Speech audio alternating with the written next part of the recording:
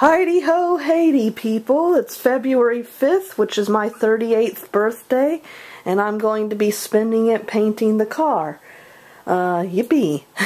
But actually, I've been looking forward to this. Okay, so we're getting ready to put the first I had primed Selena. That was just the primer. Now we're getting ready to actually put paint on her. We're going to put the first coat on her. And I'm only going to do the back. I divide her up into 3 portions. I'm going to do the back. I'm not going to show you guys how I'm doing the painting until I do a practice run and figure out what's the best way to do it.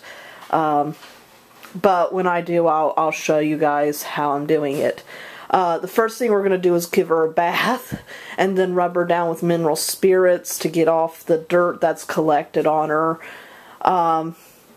It's been a month actually since I've worked on her because I got my end of the year bad cold. We started realizing why we always keep our Christmas tree up until February. It's not eccentricity. We always get sick in December and get a really bad cold that kind of incapacitates us for 2 months. So I just got over that, so that's why we're now in February.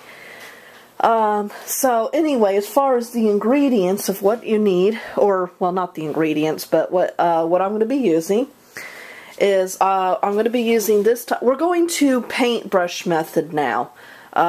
We don't know if that's going to work out as well, but my mom was hoping that would reduce streaking, and it might. I may have more control over it. The main problem with the roller method is that you do get more air bubbles, but they claim, or at least one person did, that if you press down on the brush that you can reduce air bubbles. And I hope that's true because I don't really feel like going out there with an hair dryer. This is a special type of brush. It's got if you look, it's high density foam, and this is supposedly particularly nice for cars. It's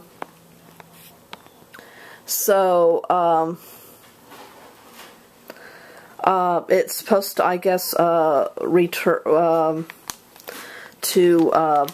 reduce air bubbles, I guess. I don't know.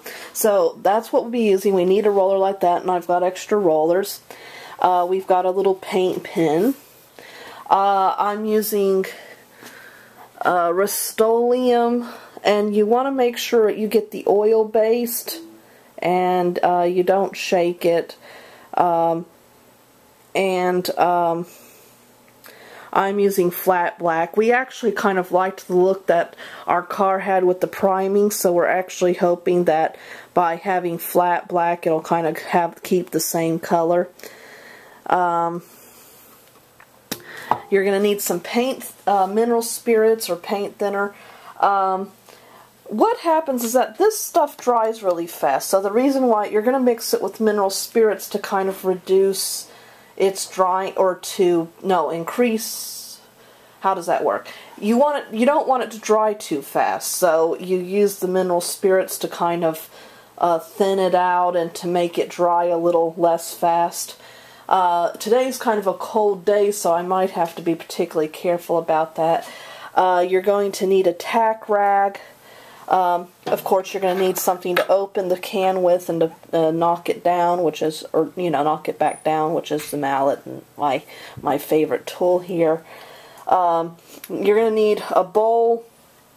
You don't mix the paint in this. You're going to need a bowl and something to stir it with. And I think that's pretty much all you need. And here's the kitty for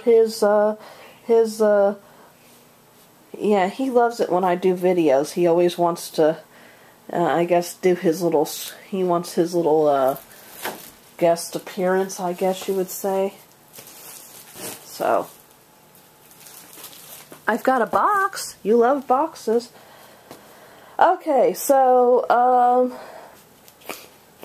that's what we have.